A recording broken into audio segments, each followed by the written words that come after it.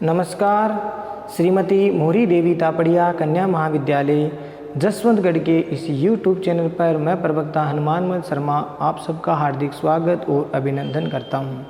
प्यारे विद्यार्थियों, आपका BA तृतीय वर्ष के पाठ्यक्रम के अंतर्गत प्रथम जो प्रश्न पत्र है आधुनिक काव्य, उसमें हम जयशंकर प्रसाद जी को पढ़ रहे हैं। जयशंकर प्रसाद जी द्वारा रचित कामायनी महाकाव्य के सरदा सर्ग से जो उद्घृत जो रचनाएं हैं उनको हम ले रहे हैं।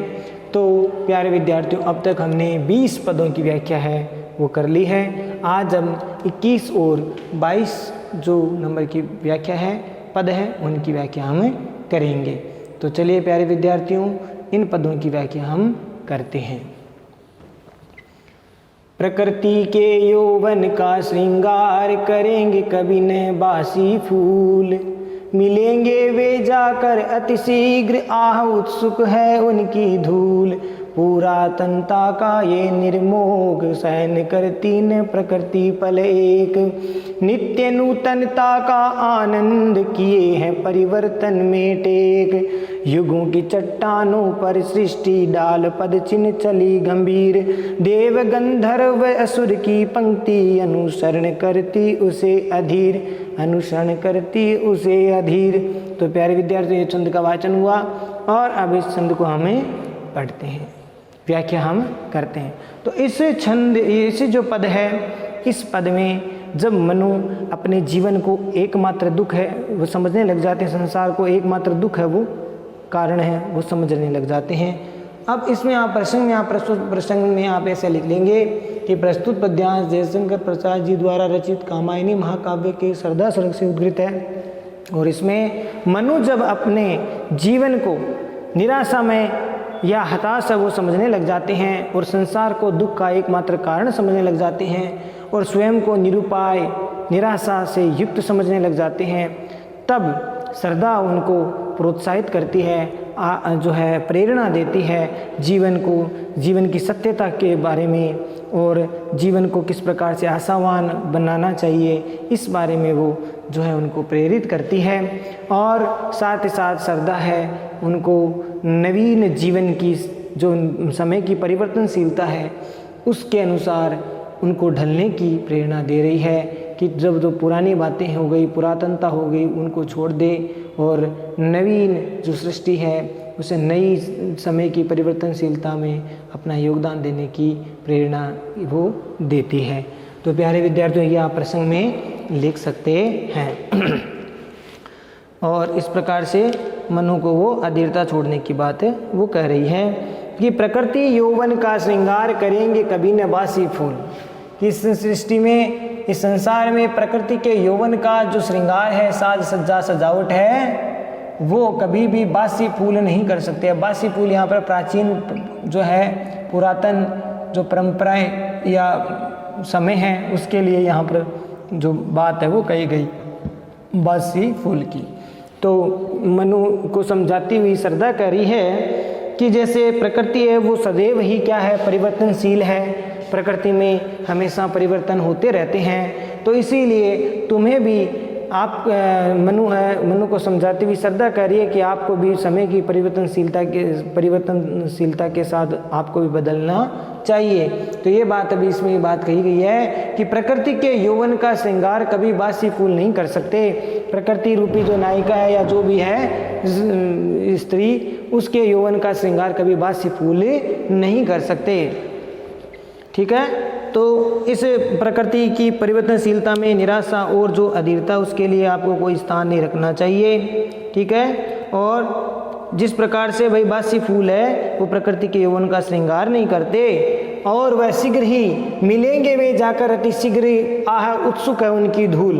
अर्थात ऐसे जो बासी फूल है वो शीघ्रता से जाकर के धूल में मिल करके नष्ट हो जाएंगे। अर्थात जो बदलेगा नहीं वो शीघ्र ही नष्ट हो जाएगा। समय की मांग है, समय परिवर्तनशील है, तो समय की परिवर्तनशीलता के साथ हमें भी बदलना चाहिए। ये सरदा मनु को समझा रही है और ये कहना चाहती है कि जो समय के अनुसार नहीं बदलते, परिवर्तनशीलता के साथ नहीं चलते, वो उसी प्रकार से जैसे बासी फूल है वो जैसे मिट्टी में जाकर के, धूल में जाकर के शीघ्रता से नष्ट हो जाते, विनष्ट हो जाते हैं, ठीक उसी प्रकार से अगर मानव समय की परिवर्तनशीलता के साथ नहीं चलेगा, समय के परिवर्तन के अनुसार अपने को नहीं ढालेगा, नहीं बदलेगा, तो वो भी स्वयं को नष्ट कर लेगा।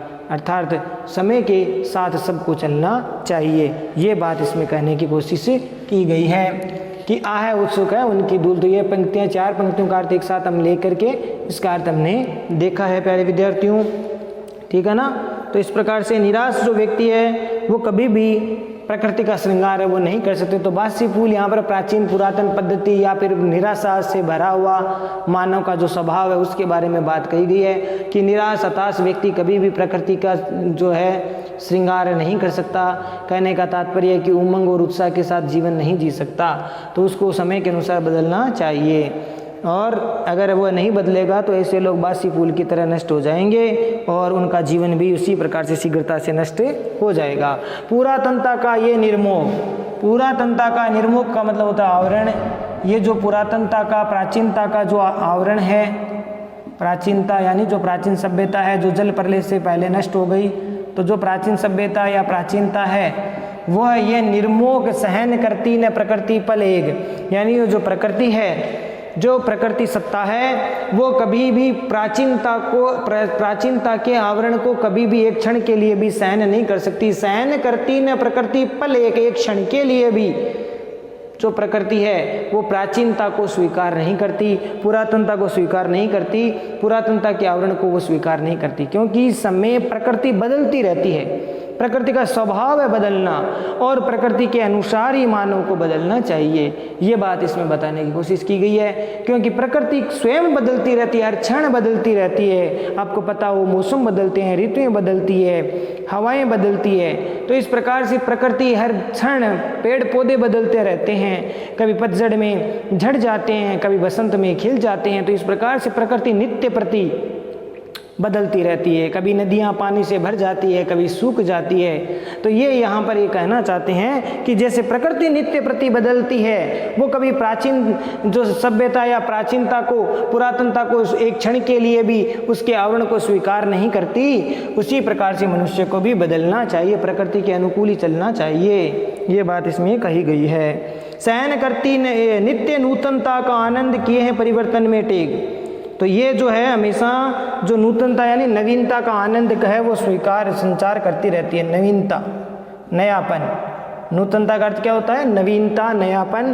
तो ये नित्य ही हमेशा जो है प्रकृति है वो हमेशा नएपन का या नवीनता का आनंद है कि ये परिवर्तन में टेक यानी स्थिर है वो रखती है। परिवर्तन का आनंद प्रकृति है वो नयापन, नित्य ही नवीनता का आनंद का संचार है वो परिवर्तन के साथ है वो करती रहती है। प्रकृति का ये नियम है। ठीक है प्यारे विद्यार्थी, इसमें प्रकृति की सत्ता बात कही कि प्रकृति हमेशा नवीनता लिए हुए रहती है। तो नित्य नूतनता का आनंद किए हैं परिवर्तन में टेक। तो इस प्रकार से स्थिर रहती है परिवर्तन में, जो परिवर्तन के कारण ही प्रकृति है वो हमेशा नवीनता का आनंद है का संचार करती रहती है। इसी प्रकार से मनुष्य को प्रकृति के अनुकूल ही जो नवीनता, नयापन लिए हुए अपने जीवन को व्यतीत करना चाहिए और आनंद का संचार है वो करना चाहिए, क्योंकि प्रकृति सदैव परिवर्तनशील है और उनका सदैव परिवर्तनशील बना रहने का उसका नियम है। इस प्रकार से श्रद्धा कह रही है कि परिवर्तन का जो क्रम है वो हमेशा ही चलता रहता है। इस कारण हे मनु, तुम इतने निराश हताश व्यथित मत हो, क्योंकि प्रकृति का नियम हमेशा नियमित क्रम है वो चलता रहता है। इसी प्रकार से मानव जीवन में भी कभी सुख कभी दुख, संघर्ष, पीड़ा, कष्ट आते ही रहते हैं। तो इसीलिए मानव को संघर्ष, कष्टों से घबराना नहीं चाहिए, दुखों से घबराना नहीं चाहिए, अपितु उनका सामना करना चाहिए और हमेशा नया, आशावान, नवीनता, नई आशा का संचार अपने मन में करते रहना चाहिए। तो इस प्रकार से परिवर्तन जो है जीवन में बहुत ज़रूरी है। सुख दुख है क्रम से आते रहते हैं, तो उसे घबराना नहीं चाहिए, धैर्य नहीं खोना चाहिए। अब देखिए आगे, युगों की चट्टानों पर सृष्टि डाल पद चिन्ह चली गंभीर। युगों से समय समय पर जो है समय समय पर जो परिवर्तन है, प्रकृति की जो परिवर्तनता है या सृष्टि का निर्माण है, वो चट्टानों पर सृष्टि डाल पद चिन्ह मन अपने पैरों के चिन्ह है वो डाल करके चलती है, अर्थात उनके पुरानी चीज़ें उसके ऊपर छोड़ छाप वो छोड़ती जाती है। तो इसमें बताने की कोशिश की गई है कि जो प्राचीनता है समय के अनुसार वो सब अपने पद चिन्ह है वो छोड़ती जाती है, ये इसमें भाव व्यक्त किया गया है। तो इस प्रकार से प्राचीनता है वो अपने पद चिन्ह छोड़ती जाती है। तो युगों की चट्टानों पर, हर समय की, हर युग की चट्टान पर सृष्टि डाल पद चिन्ह चली गंभीर, अपने गंभीर पद चिन्हों को छोड़ करके चली जाती है। समय के साथ परिवर्तन है वो सृष्टि का नियम है, तो सृष्टि के पद चिन्ह है वो समय के अनुसार उन युगों के चट्टानों पर, समय की चट्टानों पर छपते हुए चले जाते हैं। तो प्यारे विद्यार्थियों, ये भाव आपको समझ में आ गया होगा। इसमें ये बात कहना चाहते हैं कि मनु को समझाती हुई श्रद्धा कह रही है कि इस कारण से जब जब सृष्टि में परिवर्तन का नियम है और समय की परिवर्तनशीलता के कारण समय समय पर सृष्टि में परिवर्तन होते रहते हैं, और इस प्रकार से सृष्टि है वो अपने युगों की चट्टानों पर अपने पद चिन्ह वो डाल करके आगे बढ़ती जाती है, अपने पीछे यादें, अपने पीछे की जो चीज़ें हैं वो छोड़ती जाती है और नया नया अपनाती रहती है। ये जो भाव है वो हमेशा प्रकृति का चलता रहता है, एक जैसी सदैव नहीं रहती, बदलना सृष्टि का नियम है। देव गंधर्व असुर की पंक्ति अनुसरण करती उसे अधीर, और इस प्रकार से चाहे देव हो, चाहे गंधर्व हो, चाहे असुरों की जो जातियां हो, असुरों की पंक्ति, तो यहाँ पर असुरों की पंक्तियां या गंधर्व देव उनकी पंक्तियां या जातियां सदैव ही उस प्रकृति की, सृष्टि की, प्रकृति की जो बदलने की जो कला है या बदलने का जो क्रम है उसमें सदैव अनुसरण करती उसे अधीर, बड़ी धैर्य अधीर होकर के, अधीरता के साथ, चाहे देव जाति हो, गंधर्व जाति या फिर असुर जाति हो, वो सब की सब ने प्रकृति की बदलती हुई परिवर्तनशीलता को अपनाया, उसका अनुसरण करते हुए उसके अनुसार ही उन्होंने अपने जीवन को जिया। बड़ी धैर्यता के, अधीरता के साथ है वो देव, गंधर्व और असुर जातियों ने प्रकृति की सत्ता को, प्रकृति की बदलने की शक्ति को हमेशा अनुसरण किया है। तो ये सृष्टि का नियम है और उसका अनेक लोगों ने, अनेक जातियों ने उसका अनुसरण किया।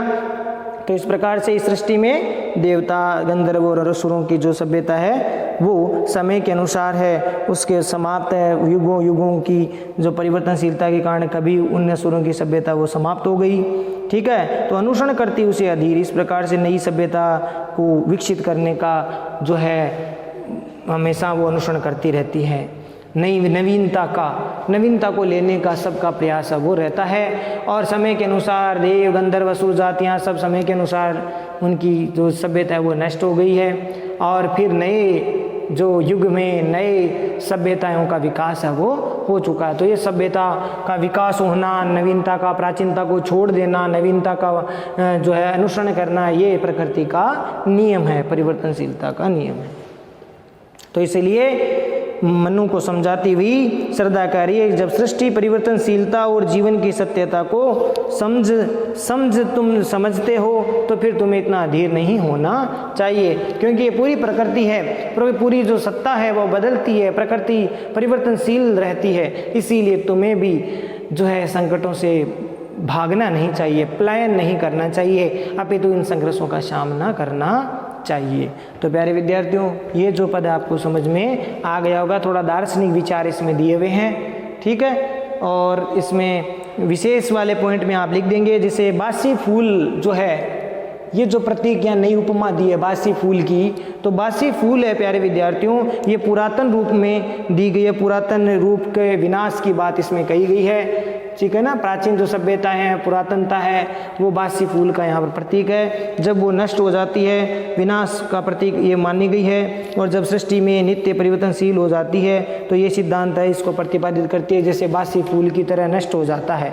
तो बासी फूल यहाँ पर प्रकृति की बदलने की जो शक्ति है या परिवर्तनशीलता है उसके नियम को, सिद्धांत को प्रतिपादित करती है। बासी फूल नष्ट होना, फिर नए फूल का खिलना, अर्थात नई सभ्यता का विकास होना, प्राचीन बासी फूलों का नष्ट होना यानी प्राचीन सभ्यता का क्षय होना, नष्ट होना, ये बात इसमें बताई गई है। तो यह विशेष वाले पॉइंट में लिख सकते हैं। और जल प्रलय के बाद में पुरानी सभ्यता के विनाश की ओर संकेत करते हुए और इसमें जो सृष्टि की सभ्यता की आवश्यकता, नई जो सृष्टि है उसकी सभ्यता की आवश्यकता इसमें महसूस की गई है। इसमें बताने की कोशिश की गई है कि जैसे ही जल प्रलय हुआ, जल प्रलय के बाद में जो प्राचीन जो सभ्यता उसका नष्ट होने की ओर संकेत इसमें किया गया है। जल प्रलय के बाद पुरानी सभ्यता नष्ट हो गई, तो साथ ही साथ नई जो सभ्यता है, नए युग का जो निर्माण है, नए युग का जो परिवर्तन है उसकी इसमें जो संकेत है वो किया गया है।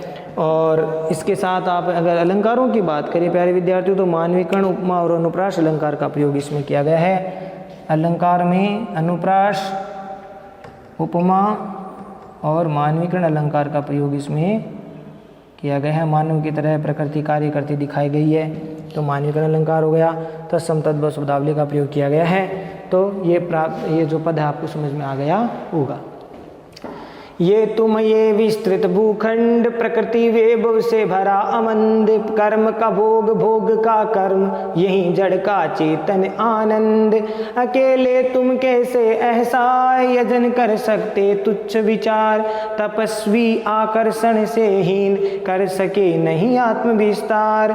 दब रहे हो अपने ही बोझ, खोजते भी नहीं कहीं अवलंब, तुम्हारा सहचर बनकर क्या न पूर्ण हूँ मैं बिना विलंब, पूर्ण हूँ मैं बिना विलंब। इसमें भी वही बात कही गई है प्यारे विद्यार्थियों। जब मनु इस सृष्टि में, इस संसार में अपने आप को एकांकी मान लेते हैं, असहाय और निरुपाय मान लेते हैं, उस समय श्रद्धा है मनु को समझाती है, प्रेरित करती है उस सृष्टि के निर्माण कार्य में योगदान देने की, ये बात इसमें बताई गई है। और श्रद्धा है मनु को जीवन जीने के लिए प्रेरित करती है, तो ये बात इसमें कही गई है। तो इसका अर्थ हम देखते हैं। एक तुम ये विस्तृत भूखंड, श्रद्धा मनु से कह रही है। कौन किसको कह रही है, ध्यान रखना, श्रद्धा मनु से कह रही है। श्रद्धा मनु से कहती है कि हे तपस्वी, एक तुम ये विस्तृत, ये विशाल भूखंड, विशाल भूभाग जो है, भूभाग खंड, भूखंड माने भूभाग है, विशाल जमीन का जो विस्तार टुकड़ा है, प्रकृति वैभव से भरा अमंद, अमंद माने अत्यधिक, जो मंद नहीं हो, अत्यधिक, अतीव, तो प्रकृति की वैभव संपदा से, ठीक है ना, सौंदर्य संपदा से भरा हुआ है। श्रद्धा मनु से कहती है कि एक तरफ तो तुम एकाकी जीवन जी रहे हो, और एक तुम यानी अकेले, इस एकाकी जीवन जीते हुए तुम अकेले यहाँ पर एकाकी जीवन वो जी रहे हो, या अकेले इस संसार में, सृष्टि में तुम रह रहे हो, और ये पूरा विशाल भूखंड है, और ये चारों तरफ प्राकृतिक सौंदर्य संपदा से भरा हुआ, अत्यधिक जो सौंदर्य और संपदा से भरा हुआ विशाल भूखंड है, उसका कौन उपभोग करेगा। ये बात इसमें बताने की कोशिश की है कि तुम एकाकी जीवन यापन कर रहे हो, एकांत में रहते हो, एकांतवास कर रहे हो, और ये विशाल जो भूखंड है, जो प्रकृति की संपदा से, वैभव संपदा से, सौंदर्य से भरा हुआ है, नदियाँ, पहाड़, फल फूल, पेड़ पौधे, ये सारी प्रकृति, चर अचर सब चीज़ें इसमें समाई हुई है, वो अत्यधिक रूप से इसे भरा हुआ है, और कर्म का भोग, इसीलिए तुम्हें इसका उपभोग करना चाहिए। इसमें बताने की कोशिश की है श्रद्धा ने कि इस प्रकार से तुम्हें इसका उपभोग करना चाहिए, क्योंकि ये प्राकृतिक वैभव जो है, प्रकृति है, वो मानव के लिए सहचरी का कार्य करती है, उसको भोगने के लिए सचेतन होती है, ठीक है। तो कर्म का भोग, भोग का कर्म, कर्म का भोग करना चाहिए। जो भी कर्म किया जाता है, किसी भी कर्म को करते हैं, कार्य को करते हैं, कर्म को करते हैं, तो उस कर्म का हमें क्या मिलना चाहिए, भोग, उसका उपभोग किया जाता है। तो कर्म का उपभोग करना चाहिए, उपभोग के लिए कर्म करना चाहिए, उपभोग के लिए क्या करना चाहिए, कर्म करना चाहिए, और कर्म के लिए भोग करना चाहिए, और भोग के लिए कर्म करना चाहिए। यही जड़ का चेतन आनंद, श्रद्धा कह रही है, यही जड़ प्रकृति का, ये जो जड़ प्रकृति है उसका सचेतन चेतना से युक्त सचेतन आनंद है। ठीक है, सचेतन आनंद है, चेतना से युक्त आनंद का संचार होता है। ये प्रकृति जो सत्ता है, वो जो जड़ सत्ता है, ये जड़ में ही चेतनता का आनंद का संचार है। वो होता है कब? जब कर्म का भोग और भोग का कर्म होता हो, जब कर्म के बाद में भोग किया जाता है और भोग के लिए कर्म किया जाता है, तो कर्म और भोग जिसमें व्याप्त होता है, तब ये जड़ जो प्रकृति है वह सचेतनता का आनंद का, सचेतन आनंद का संचार करती है। तो ये बात इसमें कही गई है। नहीं, काम करने कार्य करते हैं हम किसी के लिए, तो कार्य करते हैं तो कोई उपभोग के लिए करते हैं, और उपभोग के लिए हमें कार्य करना चाहिए। ये बात इसमें हमें प्रकृति बता रही है। और प्रकृति स्वयं जो है मानव के लिए चेतनता का संचार करती है। अकेले तुम कैसे असहाय यजन कर सकते तुच्छ विचार, श्रद्धा मनु को कह रही है कि तुम अपने आप को अकेले महसूस कर रहे हो, तुम अपने आप को अकेले समझ रहे हो, अकेले तुम कैसे असहाय होकर के, निरुपाय होकर के यज्ञ कर सकते हो, यज्ञ कर सकते हो। अब यज्ञ कौन सा? यहाँ पर सृष्टि का यज्ञ, सृष्टि रूपी जो यज्ञ है, यज्ञ है। ठीक है, शुद्ध तो यज्ञ होता है प्यारे विद्यार्थियों। अब बोलने में आदत हमें पड़ गई है कि यज्ञ यज्ञ बोलते हैं, जबकि ये शुद्ध यज्ञ है। तो यज्ञ कर सकते हैं तुच्छ विचार, तो सृष्टि रूपी इस यज्ञ को अकेले तुम कैसे कर सकते हो? क्योंकि तुम्हें इसी सृष्टि रूपी यज्ञ करने के लिए तुम्हें एक सहयोगी की आवश्यकता होगी, और अकेले तुम ये यज्ञ का कार्य नहीं कर सकते। क्योंकि हमारे शास्त्र में मत है यज्ञ के कार्य करने के लिए सहयोगी, यानी पति और पत्नी साथ में मिलकर के यज्ञ का कार्य किया करते हैं। तो इसी प्रकार से यहाँ पर श्रद्धा कहना चाहती है कि जो सृष्टि रूपी यज्ञ है, उस यज्ञ को करने के लिए तुम अपने आप को अकेले समझ रहे हो, अकेले तुम कैसे ऐसा यज्ञ कर सकते हो? ये सृष्टि रूपी यज्ञ का कार्य तुम कर सकते हो। अगर तुम ऐसा सोचते हो तो ये तुम्हारा तुच्छ विचार है। ये जो सोचना है तुम्हारा बहुत छोटी सोच है, तुच्छ विचार है, इसीलिए अकेले तुम ये कार्य नहीं कर सकते। ठीक है, तो इस कारण से तुम यज्ञ कर्म अकेले कैसे कर सकते हो? अकेले व्यक्ति के द्वारा सृष्टि रूपी यज्ञ का संपन्न करना असंभव है, इसीलिए ये एकांकीपन तुच्छ विचार है तुम्हारा। इसके लिए तुम्हें क्या चाहिए? किसी का सहयोग चाहिए। तपस्वी आकर्षण से हीन कर सके नहीं आत्मविस्तार। देखो क्या समझा रही है। तपस्वी शब्द यहाँ पर किसके लिए आया है प्यारे विद्यार्थियों? मनु के लिए, मनु जी के लिए तपस्वी शब्द आया है। तो श्रद्धा कह रही है तपस्वी तुम इस सांसारिक आकर्षणों से हीन अपने आप को समझ रहे हो, सांसारिक आकर्षणों से दूर होना चाहते हो।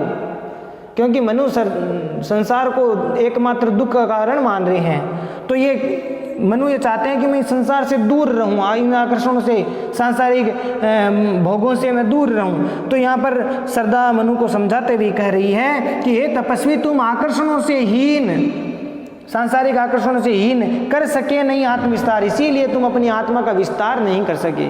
क्योंकि सांसारिक आकर्षणों से दूर होकर के कभी मनुष्य अपने आत्मा का विस्तार नहीं कर सकता।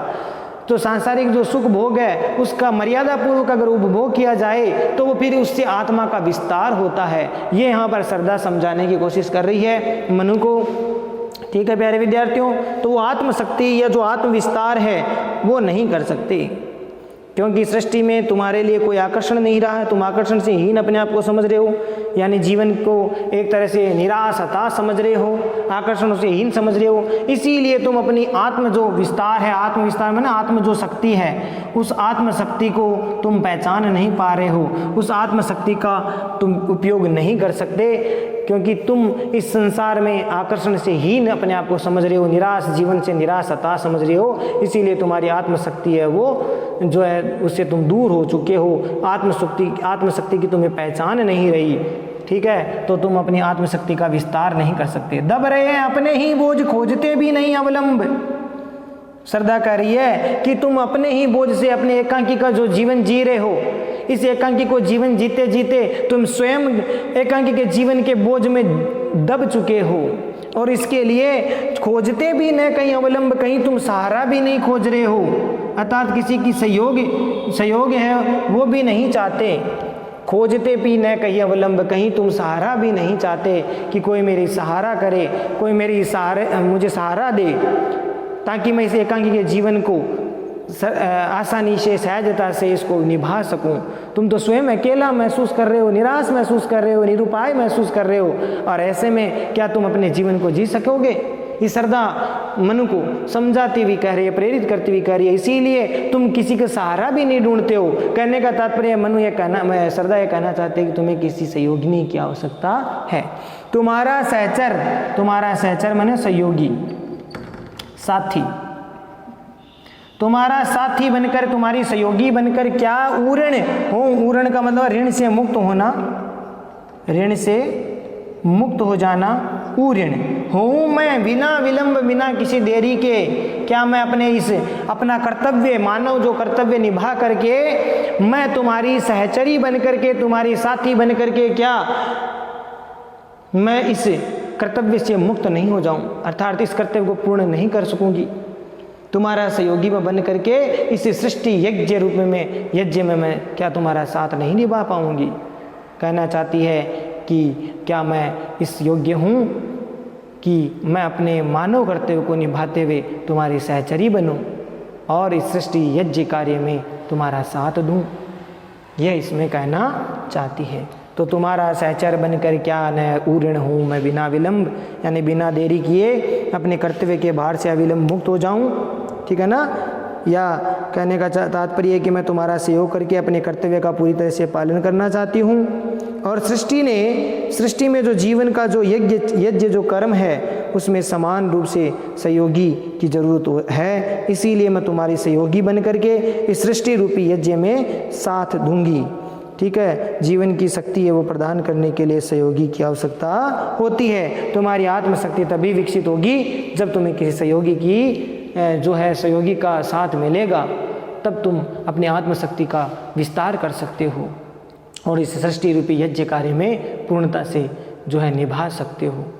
तो प्यारे विद्यार्थियों, ये जो पद है वो आपको समझ में आ गया होगा। एक तरह से थोड़ा सा दार्शनिक भाव लिए हुए ये पद है, थोड़ा सा कठिन है, लेकिन मैंने पूरी कोशिश की समझाने की, ठीक है। तो इसको थोड़ा मैं आशा करता हूँ कि समझ में आ गया होगा। और अगर इसकी विशेष वाले बिंदु की बात करें तो प्यारे विद्यार्थियों, इसमें आप लिख देना कि इसमें जो श्रद्धा है वो मनु का जो है सहयोग करना चाहती है और अपने कर्तव्य को पूर्ण करना चाहती है। यानी श्रद्धा है वो मनु का सहयोग करके अपने कर्तव्य से ऊर्ण होना चाहती है, ठीक है। श्रद्धा मनु का सहयोग करके मनु की सहधर्मिणी या सहयोगिनी बन करके उनका अपने कर्तव्य से, मानव कर्तव्य से ऊर्ण होना चाहती है। तो उन्हें ये कर्तव्य का बोध है और ये आप लिख सकते हो। और साथ ही साथ अलंकारों की बात करें प्यारे विद्यार्थी तो अनुप्रास, यमक और पर्यायोक्ति अलंकार का प्रयोग इसमें किया गया है, ठीक है। अनुप्रास सही है, साथ ही साथ यमक अलंकार का भी प्रयोग इसमें किया गया है, पर्यायोक्ति अलंकार का भी।